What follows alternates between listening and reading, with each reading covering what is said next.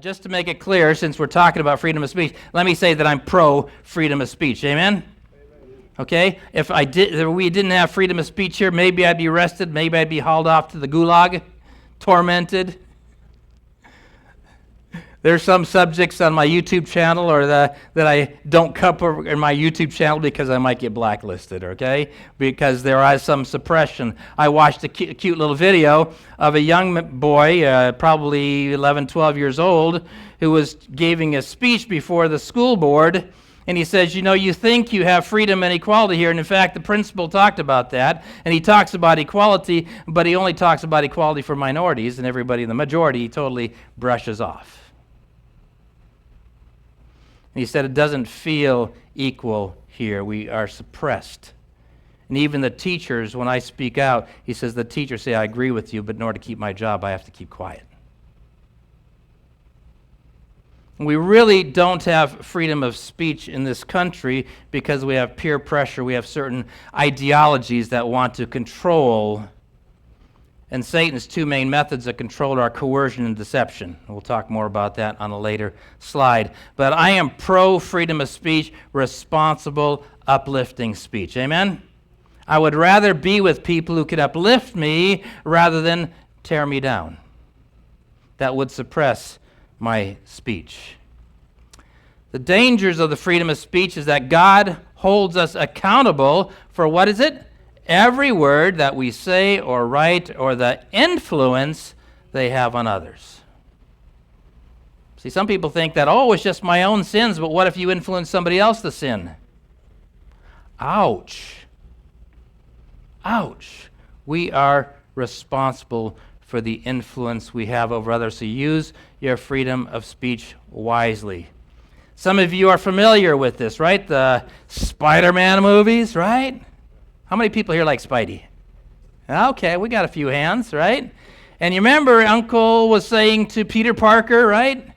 With great power comes great responsibility. Read it again with me. With great power comes great responsibility. It was actually Stan Lee, the writer of the comic book, that put that together. But I think there's a lot of wisdom in that. Would you agree with me? There's a lot of wisdom in that. We have freedom to choose, but we do not have freedom from consequences. It's like my wife, she's an ER doctor. She says, we can choose whether we drink alcohol and become drunk, but we can't control what happens after we're drunk. Right? So same thing with words. We have freedom to choose, but not freedom from consequences. We have freedom of speech, but we're not free from being acquitted or condemned by our words. We are held accountable, therefore be careful with your words. Now, I like to start with the end in mind, and if you go to the very last book of the Bible, Revelation chapter 22, Christ through his angel makes this profound statement. Blessed are those who do what? Do his commandments, that they may have the right to the tree of life and may enter through the gates into the holy city. Now, I was watching a little interesting video. I think it was on Seth Rogen's show, the podcast, and they had a video of a guy who was querying artificial intelligence.